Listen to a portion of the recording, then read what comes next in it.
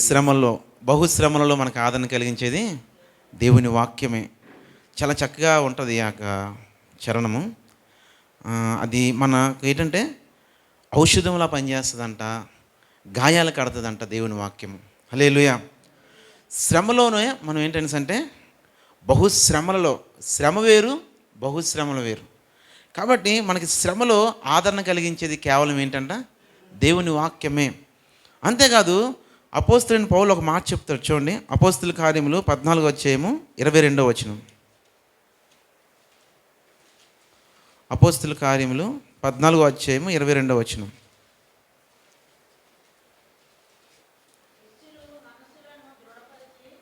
శిష్యులు చదవమ్మా. శిష్యులు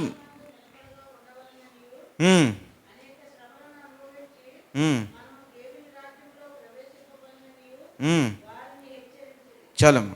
ఇక్కడ అపోస్తలుడైన పౌలు చెప్తున్నాడు, శిష్యుల మనసులను దృఢపరిచి విశ్వాసమందు నిలకడగా ఉండవలనని అనేక శ్రమలు అనుభవించుచు మనము దేవుని రాజ్యంలో ప్రవేశింపవలను. హల్లెలూయా. దేవుని రాజ్యములోని మనం ఎలా ప్రవేశించాలంటే అనేక శ్రమలు అనుభవించుచు పరలోక రాజ్యంలో ప్రవేశించాలంట. ఈరోజు పరిచర్యలోని ఎలాగైపోయిందంటే యేసుక్రీస్తునందు విశ్వాసం ఉంచడం వల్ల కలిగేది ఏమిటంటే ఏమంటున్నారు? ఆశీర్వాదము, రకరకాలు. అవన్నీ నేను వాస్తవాలు నేను కాదంటలే, కానీ ఇక్కడ అపోస్తలుడైన పౌలు ఖచ్చితంగా ఏం చెప్తున్నానంటే మనం పరలోక రాజ్యం ఎలా ప్రవేశించాలంటే శ్రమలు అనుభవించుచునే మనం ఎలాగంటే పరలోక రాజ్యము ప్రవేశించాలి. ఆది అపోస్తలులు సంఘం అంతా కూడా దేని మీద కట్టారంటే వారి యొక్క శ్రమల మీదే, క్రీస్తు అనే బండ మీద వారు కట్టారు. వారు ఎలా ప్రకటించారంటే యేసుక్రీస్తునందు విశ్వాసం ఉంచడం వల్ల మీకు ఏం కలుగుతుంది? నిత్య జీవం కలుగుతుంది. అంతేకాదు మీరు అనేకమైన శ్రమలు కూడా అనుభవిస్తూ ఉంటారు. చూడండి, అదే విషయాన్ని కూడా తెస్సలోనిక పత్రికలు చెప్తారండి. మొదటి తెస్సలోనిక పత్రిక 3:3-4 చూడండి.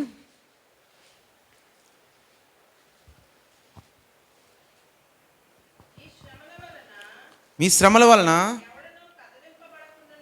ఎవ్వడునూ కదిలింపబడకున్నట్లు స్థిరపరచుటకును మీ విశ్వాస విషయమై మిమ్మల్ని హెచ్చరించుటకును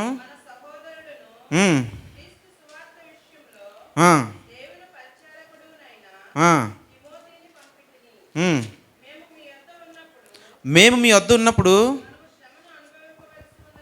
మనము శ్రమలు అనుభవించవలసినదని మీతో ముందుగానే చెప్పితే కదా. చాలు. అపోస్తలుడైన పౌలు తెస్సలోనిక పత్రిక రాస్తూ ఏమంటాడంటే మేము ముందుగానే మీకు చెప్పాం. ఏం చెప్పామంటే మీరేమవాలా? శ్రమలు అనుభవించాల్సి ఉన్నది. కాబట్టి క్రైస్తవ జీవితంలోని ఏముంటాయి అంటే శ్రమలు ఉంటాయి. శ్రమ అనుభవించుచూనే మనం ఎక్కడికి వెళ్ళాలా? పరలోకి వెళ్ళాలి. అంటే మనకి సంతోషం ఉండదా? సుఖం ఉండదా? మరి నెమ్మది ఉండదా అంటే ఉంటుంది. శ్రమలలో కూడా మనం ఆనందించగలుగుతాము. ఎప్పుడైనా అంటే చూడండి, మరి యేసుక్రీస్తు యొక్క శిష్యులు 12 మంది కూడా నిన్నటి దినాన్ని మనం ఒక వాక్యం చదువుకున్నాం. మత్తయి సువార్త 26 యేసుక్రీస్తుని, మరి అది లేఖనాల ప్రకారంగా జరిగినప్పటికీ కూడా యేసుక్రీస్తుని బంధించడానికి వచ్చినప్పుడు శిష్యులందరూ ఏమయ్యారండి? చెదిరిపోయి వెళ్ళిపోయారు. అంతవరకు కూడా యేసు ప్రభుతో ఏమన్నారు? యేసు ప్రభు చేసిన అద్భుతాలు చూశారు. యేసు ప్రభు మరి చేసిన రొట్టెలు తిన్నారు. యేసు ప్రభు గొప్ప కార్యాలు చేసినప్పుడు చూశారు. ఏకంగా పేతురైతే ఏం చేశాడండి? నీటి మీద నడిచాడు. ప్రభు యొక్క గొప్ప అద్భుతాన్ని చూశాడు. కానీ మరలా ఏమైందంటే ఎప్పుడైతే యేసు ప్రభుని బంధించడానికి వచ్చాడో వెంటనే వీరందరూ ఏంటారంట? చెదరిపోయారంట.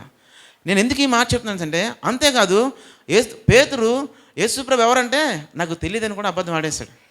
కానీ ఇటువంటి వారు ఎంతగా ప్రభు కొరకు వారు చూడండి. తర్వాత ఏమైందంటే అపోస్తల కార్యములోనే 5వ అధ్యాయంలో చూడండి. అపోస్తల కార్యములు 5వ అధ్యాయము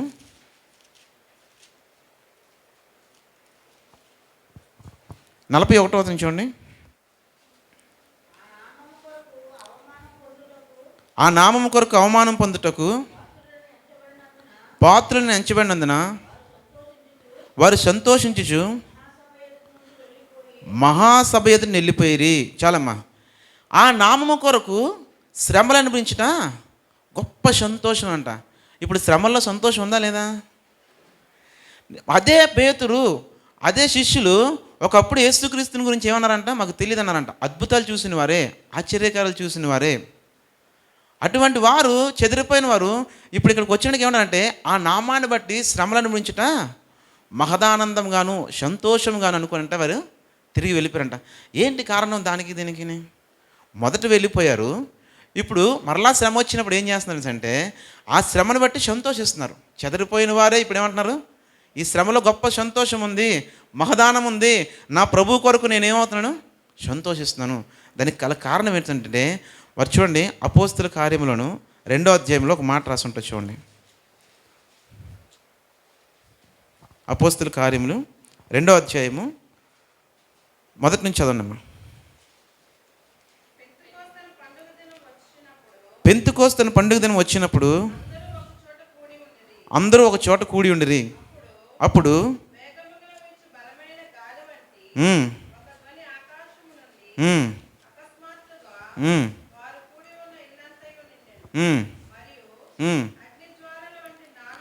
అగ్నిజ్వాల వంటి నాలుకలు విభాగింపబడినట్టుగా వారికి కనబడి వారిలో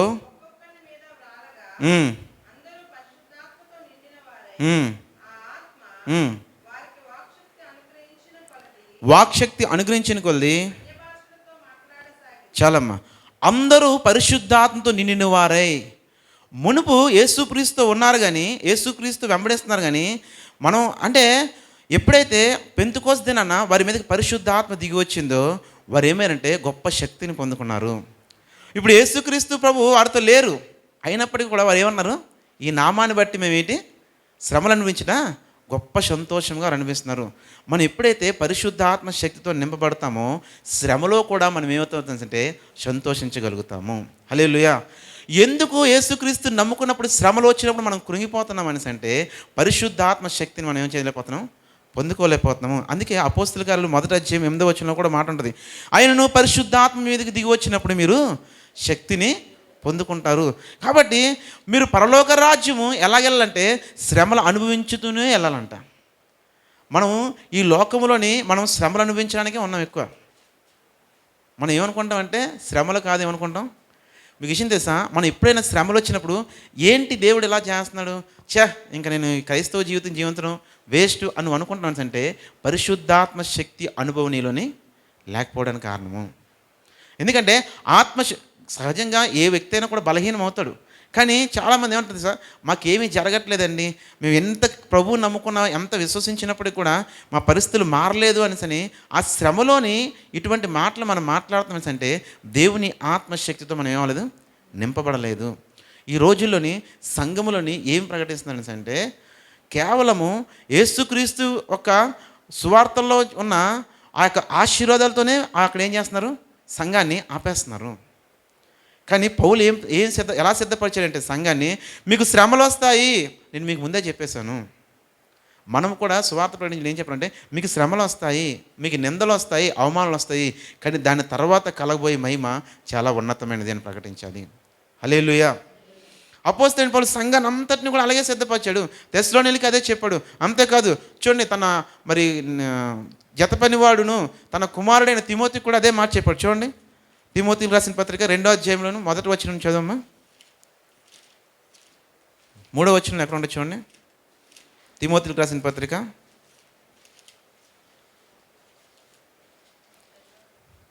2వ తిమోతి పత్రిక చూడండి.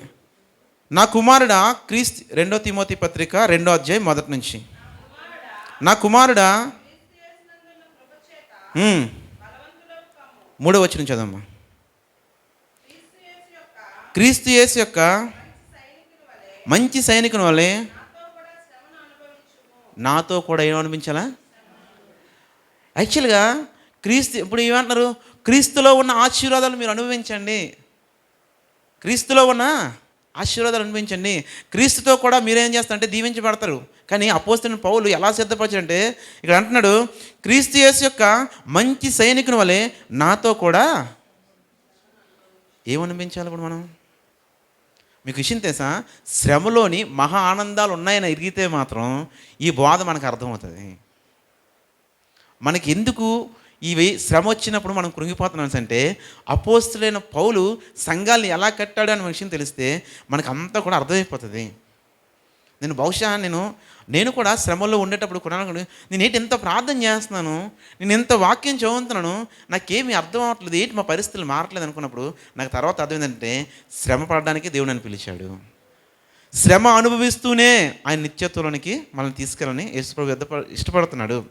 ఇక్కడ అంటున్నాడు, తిమోతి నువ్వు నన్ను వెంబడించావు కదా, ఎలా తెలిసి వెంబడించానంటే నువ్వు కూడా ఏమవ్వాలా, శ్రమలు అనుభవించాలి అని చెప్తున్నాడు. అంతేకాదు చూడండి, ఇంకొక మాట కూడా చూపిస్తాను చూడండి. ప్రకటన గ్రంథంలో ఒక మాట రాసి ఉంటుంది. శ్రమలు వస్తున్నప్పుడు కొన్ని పరిస్థితులు జరుగుతాయి. ప్రకటన గ్రంథం 13:10 చూడండి.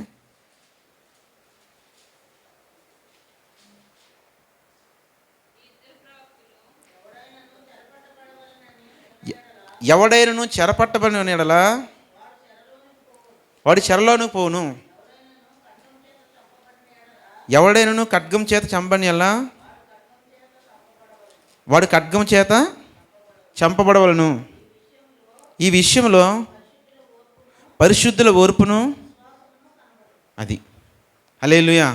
ఇక్కడ స్పష్టంగా ప్రకటన గ్రంథంలో యోహాను అంటున్నాడు, ఎవడైనను చెరపట్టబడవలని ఉన్నయడలా వాడు ఏమవుతాడంట, చెరలోనికి పోవును. ఎవడైనను ఖడ్గం చేత చంపబడిన వాడు ఖడ్గం చేత చంపబడవలను. ఈ విషయంలో పరిశుద్ధుల ఓర్పును విశ్వాసమును కనబడును. హల్లెలూయా. దేవుని వాక్యం ఏం చెప్తుందంటే శ్రమ పడొచ్చు, నువ్వు పరలోకం వెళ్ళాలా. ఒకవేళ ఈ శ్రమలోని నువ్వు చెరలోకి వెళ్తావేమో. అపోస్తలుడైన పౌలు చెరలోకి వెళ్ళడే లేదా, తిమోతి వెళ్ళడే లేదా? మీకు విషయం తెలుసా, అందరూ చెరలోకి వెళ్ళారు. కొత్త నిబంధన గ్రంథంలోనే అందరూ శ్రమలు అనుభవించారు. వారు ఏం చేద్దంటే సంఖ్యల చేత బంధించబడ్డారు. అంతేకాదు వారు కొరడాల చేత కొట్టబడ్డారు. అనేకమైన శ్రమలు అనుభవించారు. ప్రకటన గ్రంథంలోకి వచ్చిన యోహాను ఏమంటాడంటే ఎవడైనాను ఏమవుతాడంట, చెరపట్టబడి ఉన్నాడు, ఎక్కడికి వెళ్తాడు, చెరలోకి వెళ్తాడు. ఒకవేళ సువార్త నిమిత్తం ఒకవేళ నేను చెరసాల్లో వేసారనుకో, మిమ్మల్ని చెరసాల్లో వేసారనుకో, మనకు కంగారు పడాల్సిన పని లేదు. ఎందుకు, ఆల్రెడీ ఇక్కడ వచ్చేసింది స్క్రిప్చర్ మనకి. సహజంగా మనుషులంగా మనం ఏమిటవుతాం, కొద్ద బెంగ కలుగుతుంది, దిగులు కలుగుతుంది. కానీ మనం దాని కొరకు ఎక్కువ ఆలోచించి ఎంత అన్యాయం అండి, ఏం చెప్పాడండి, మంచి శుభవార్తే కదా చెప్పాడు. నిన్న అది చూశాను వీడియో, పాస్టర్ గారు పెట్టారు కదా, అదేంటిది 19 minutes ఒక వీడియో పెట్టారు కదా. ఆ అమ్మాయిని కొడుతుంటే ఆ అమ్మాయి ఉంటుంది, నేను ఇంకేం చేయలేను, నేను ప్రభువుని నమ్మేసుకున్నాను అంటే. శ్రమ పడుచున్నప్పటికీ కూడా ఆ అమ్మాయి ఏమంటుంది, నాకు ఇందులోనే ఆనందం ఉన్నది అని అంటుంది. ఇక్కడ అన్నాడు, ఎవడన్నా చెరపట్టబడి అలా ఏటవుతాడు, చెరలోనికి వెళ్ళిపోవాలి. రెండోది ఇంకా ఇంకా కఠినమైన మాట చెప్తాను చూడండి. ఎవడైనా ఖడ్గం చేత చంపని అలా వాడు ఖడ్గం చేత చంపబడవలను. ఖడ్గం చేత చంపబడతావేమో ఒకరోజు ప్రభు కొరకు. ఇవన్నీ కూడా జరుగుతున్నప్పుడు మనం ఎలా ఉండాలని అంటే ప్రార్థన చేసేవారంగా ఉండాలి తప్ప కానీ, ధైర్యంగా ఉండాలి కానీ, అయ్యో ఏంటండి ఇంత అన్యాయం జరిగిపోయింది, దేవుడు కాపాడట్లేదా, దేవుడు ఏమీ చెయ్యట్లేదా అని అంటే దేవుని వాక్యం అది చెప్తుంది. కాబట్టి ఇవన్నీ కూడా మనం ఈ యొక్క అధ్యాయాలు చదువుతున్నప్పుడు మనకేం అర్థం అవ్వాలని అంటే దేవుని వాక్యం చదువుతుంటే మనం ఎలాగెళ్ళాలి పరలోకం అంటే శ్రమ పడొచ్చు, మనం ఎలాగెళ్ళాలంట పరలోకము వెళ్ళాలి. ఈ శ్రమలలోని మనకేం కలుగుతుందంటే గొప్ప సంతోషం కలుగుతుంది. చూడండి ఇంకొక మాట కూడా చూపిస్తాను చూడండి. ఈ శ్రమల వల్ల కూడా, ఈ శ్రమలు కూడా మనం ఎలా చూడాలో కూడా చూపిస్తాను చూడండి. మొదటి 2 కొరింథీ పత్రిక 4:16 చూడండి.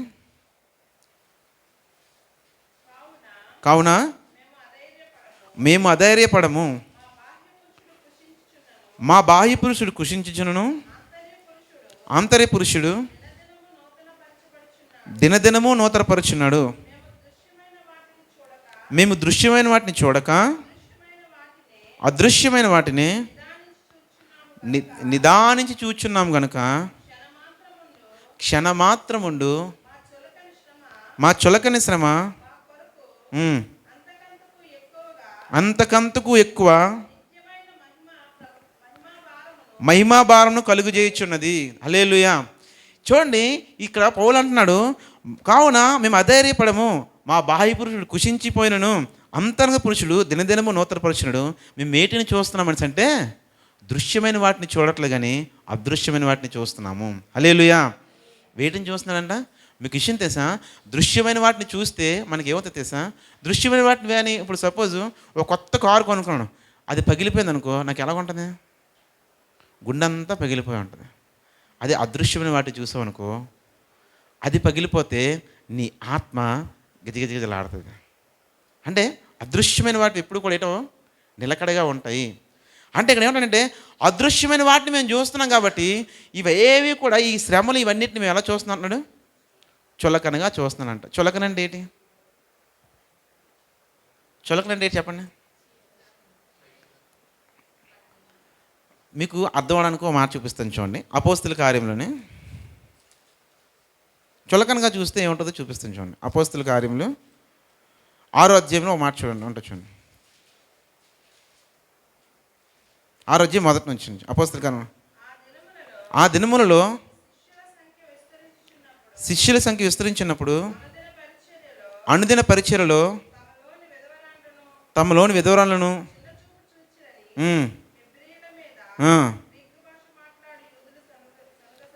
ఇది చిన్నచూపు చూడడం అంటే. తక్కువగా చూస్తారు, మనల్ని హేళనగా చూస్తారు, అపహసిస్తారు. అంటే మీకు అర్థం అవడం కోసం చూపిస్తున్నాను. ఇలా చిన్నచూపు చూడగానే మనకి ఏం కలుగుతుంది, సనుగు ఏం కలుగుతుందంట, సనుగు కలిగిందంట. వాళ్ళందరూ ఏం చేశారంట, వాళ్ళే మాట్లాడుకుంటారంట, ఎంత చులకనగా చూసారంట. అపోస్తలుడైన పౌలు శ్రమను ఎలా చూస్తున్నాడు, ఇలా చూస్తున్నాడు. అవమానించారా, నాకు సంబంధం లేదంట. ఏంటి, తిట్టుకున్నారా, నాకు సంబంధం లేదంట. అపోస్తలుడైన పౌలు వాళ్ళకి ఏం చెప్తున్నాడంటే, మేము అంతకంతకు కలగబోయే శ్రమని మేము ఎలా చూస్తున్నాం అంటే చులకనగా చూస్తున్నాము. ఈరోజు శ్రమలో మనకి ఏం కలుగుతుందంటే అవమానాలు, నిందలు కలుగుతాయి. వాటిని మనం ఎలా చూడగలుగుతున్నాము? ఎందుకంటే పౌలు సంఘాన్ని అలాగే సిద్ధపరిచాడు. శ్రమ పడుచూనే మనం ఎలాగెళ్ళాలంట, పరలోకి వెళ్ళాలంట. వాళ్ళ శ్రమల్లోని వారు ఆనందిస్తున్నారు, ఆ శ్రమల్ని వారు చులకనగా చూస్తున్నారు. మనం ఈ రెండింటిని చాలా గట్టిగా చూస్తాం. శ్రమను ఎలా చూస్తాం, శ్రమని చాలా భారంగా తీసుకుంటాము, చులకనగా చూడము.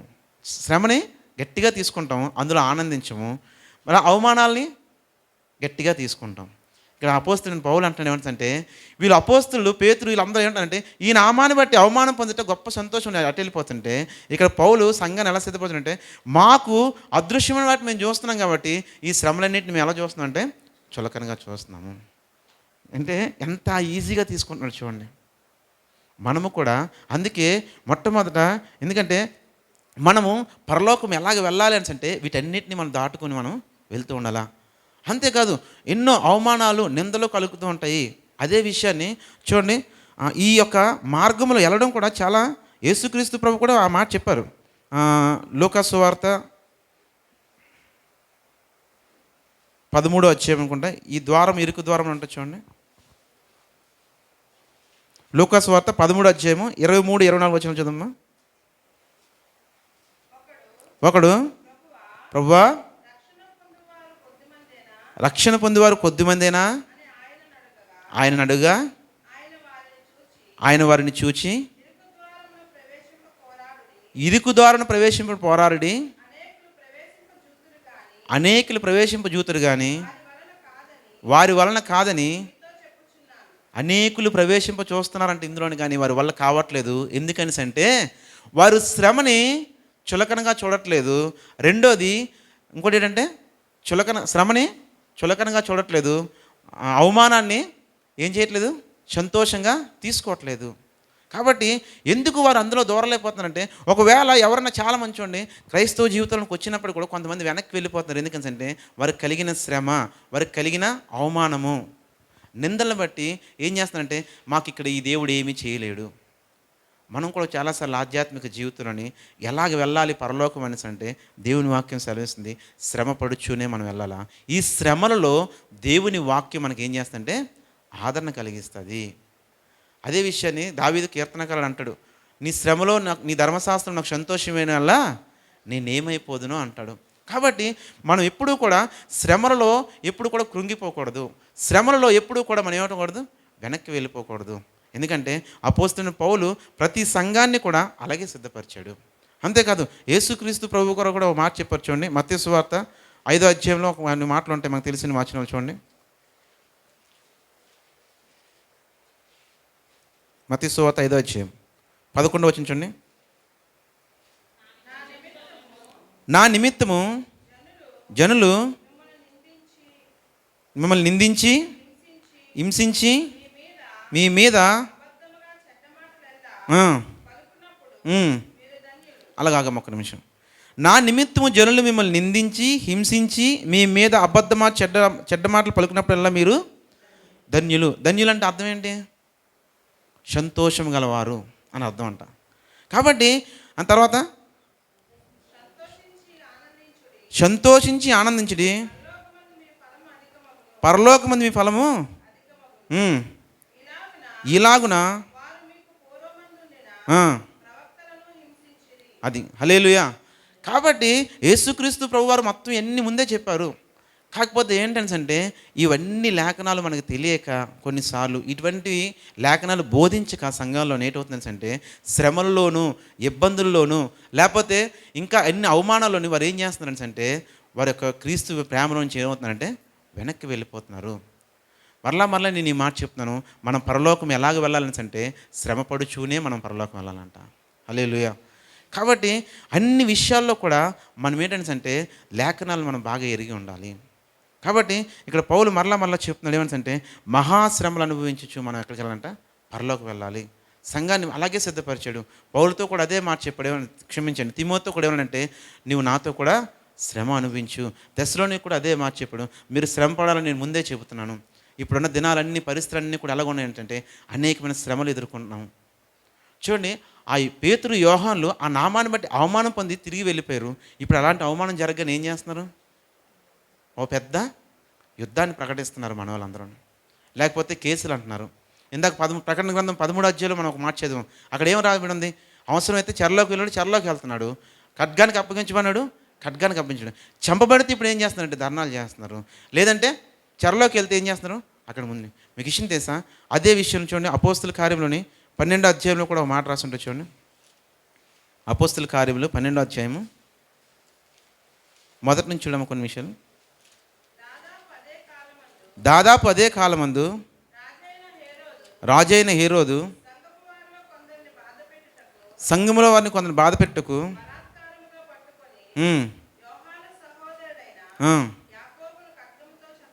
యాకోబును ఖడ్గంతో చంపించెను. ఇది యూదులకు ఇష్టమైన కార్యమని తెలుసుకుని పేతురును కూడా పట్టుకును. చాలు, ఇక్కడ ఒక విషయం చూడండి. యాకోబుని ఖడ్గంతో చంపించానంట, పేతురును కూడా వేయించానంట, పట్టుకుని చెరసాలలో వేయించానంట. ఇది ఇప్పుడు ఈ రెండు సిచ్యువేషన్లు మన దినాల్లో జరిగేది అనుకోండి. సపోజ్ పవన్ గారిని తీసుకెళ్ళిపోయారు అనుకుందాం, లేకపోతే హానోకాన్ని వేస్తారు. ఇప్పుడు మనమైతే ఏం చేస్తాం? ఇంకా చూడాలా. మా అమ్మగారు కానీ కొంతమంది తల్లులు ఉన్నారు, వాళ్ళకి కంగారు పడి మొత్తం అందరినీ కంగారు పడేస్తారు. మీకు విషయం తెలుసా? ఏమి జరిగినా కూడా అది ప్రభు తన మహిమ నిమిత్తమే జరిగిస్తాడు. హల్లెలూయా. దేవుని చిత్తము లేకుండా ఎవ్వరు కూడా. మీకు విషయం తెలుసా? యాకోబు చెరచేదానికి అప్పగించాడు దేవుడు, అక్కడితో తన పరిచయం ముగిసిపోయింది కాబట్టి అక్కడ ముగించాడు. కానీ పేతురుని చెరసాల నుండి దూతలను పంపించి విడిపించాడు. హల్లెలూయా. చంపబడిన వారిని బట్టి మనం నిరాశ చెందవసరం లేదు, కానీ చంపబడిన వారిని బట్టి మనం నిరాశ చెందవసరం లేదు. ఉన్నవారిని బట్టి మనం ఏం చేయాలంటే ఇంకా మనం ఏం చేయాలా? అత్యాసక్తితో ప్రార్థన చేస్తూ ఉండాలా. ఎందుకంటే శ్రమలు అనుభవించునే మనం ఎక్కడికి వెళ్ళాలంట? పరలోకి వెళ్ళాలంట. హల్లెలూయా. కాబట్టి నేను ఇంకా అనేకమైన విషయాలు నేను మరి చెప్పాలని కాదు, కానీ అంటే నేను రాసుకున్న కొన్ని విషయాలు మీతో పంచుకున్నాను. ఇంకొక మాట, మనం ఇంత శ్రమలు అనుభవించినప్పుడు మన జీవితాల్లో దేవుడు మనకు గొప్ప మహిమను ఇవ్వబోతున్నాడు. ఆ మాట చెప్పి నేను ముగిస్తాను. చూడండి, ప్రకటన గ్రంథము 7వ అధ్యాయము 9-10 చూడండి. అటు తర్వాత నేను చూడగా ప్రతి జనములో నుండి, ప్రతి వంశంలో నుండి, ప్రజల్లో నుండి, ఆయా భాషలు మాట్లాడేవారిలో ఎవడును లెక్కింపజేయాలని గొప్ప సమూహము నేను చూచి తిని. చాలమ్మా, ఇక్కడ ప్రతి జనములో నుండి, ప్రతి వంశంలో నుండి ఒక గొప్ప జనాభం కనిపిస్తుందంట. వారు తెల్లని వస్త్రాలు ధరించుకున్నవారంట. చాలు, ఖర్జూర మట్టలు పట్టుకుని ఉన్నారంట. వీరి కొరకు చూడండి, మళ్ళీ 7వ అధ్యాయం 13-14 వచ్చిన చదవమ్మా. పెద్దలలో ఒకడు తెల్లని వస్త్రం ధరించుకున్న వీరు ఎవరు? ఎక్కడి నుండి వచ్చిన నన్ను అడిగాను. అందుకు నేను, అయ్యా నీకే తెలియనగా అతడు నాతో ఇలాగ చెప్పెను, వీరు మహాశ్రమల నుండి వచ్చిన వారు గొర్రెపిల్ల రక్తంలో తమ వస్త్రములు ఉదుక్కుని వాటిని తెలుపు చేసుకునిరి. అందువలన చాలమ్మా, వీరు ఎక్కడి నుండి వచ్చారు అని యోహాన్ అడిగితే యోహాన్ అన్నాడు, అయ్యా నాకు తెలీదు, మీకే తెలియదంటే వీరు ఎక్కడి నుంచి వచ్చారంట? మహాశ్రమల్లో నుండి వచ్చారు. వీరు గొర్రెపిల్ల యొక్క రక్తంలో వారిని ఏం చేశారు? వారి వస్త్రాలను ఉదుక్కున్నారు, కడుక్కున్నారు. చూడండి, యేసుక్రీస్తు అపోస్తలుడైన పౌలు కూడా ఎఫెసీయులకు రాస్తూ ఈ మాట రాస్తాడు. చూడండి, ఎఫెసీయులకు రాసిన పత్రిక 5వ అధ్యాయము 25, 27 చూడండి.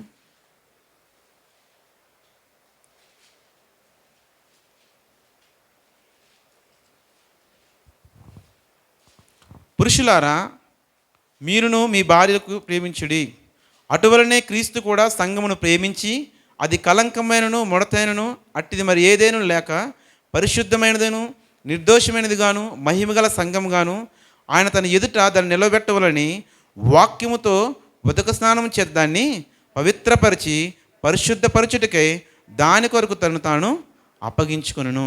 హల్లెలూయా. ఇక్కడ మనము చూడండి, అక్కడ ప్రకటన గ్రంథంలో యోహాన్ అంటున్నాడు, వీరు ఎక్కడి నుంచి వచ్చారంటే నాకు తెలియదంటే ఆ పెద్ద చెప్తున్నాడంటే వీరు మహాశ్రమల నుండి వచ్చారు. వీరు గొర్రెపిల్ల రక్తంలో ఏం చేశారంట? వారి వస్త్రాలను ఉతుక్కున్నారు. దానికంటే ముందుగా ఇక్కడ పౌలు అంటున్నాడు, మనం వాక్యమనే దాంతో మనం ఏం చేయాలంట? ఉదక స్నానం చేసుకోవాలంట. కొన్నిసార్లు వాక్యాన్ని మనం ఏం చేస్తుంటే కడుక్కునే వారంగా ఉంటాం. కడుక్కోవడం కాదు, ఏం చేయాలి? వాక్యంతో ఉదక స్నానం చేయాలి. వారు అక్కడ గొర్రెపిల్ల రక్తంతో వారు ఏం చేశారంట? కడుక్కున్నారంట. వస్త్రాలు ఏం చేశారంట? ఉతుక్కున్నారంట. మీకు విషయం తెలుసా? మన రక్షణ అనే వస్త్రాన్ని మనం ఏం చేయాలా?